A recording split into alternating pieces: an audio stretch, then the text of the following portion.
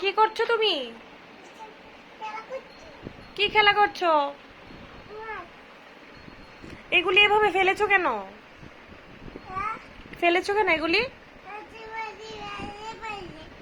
সুন্দর করে কথা বলো, কিছু বুঝতে পারছি না কিন্তু। এগুলি কেন ফেলেছো?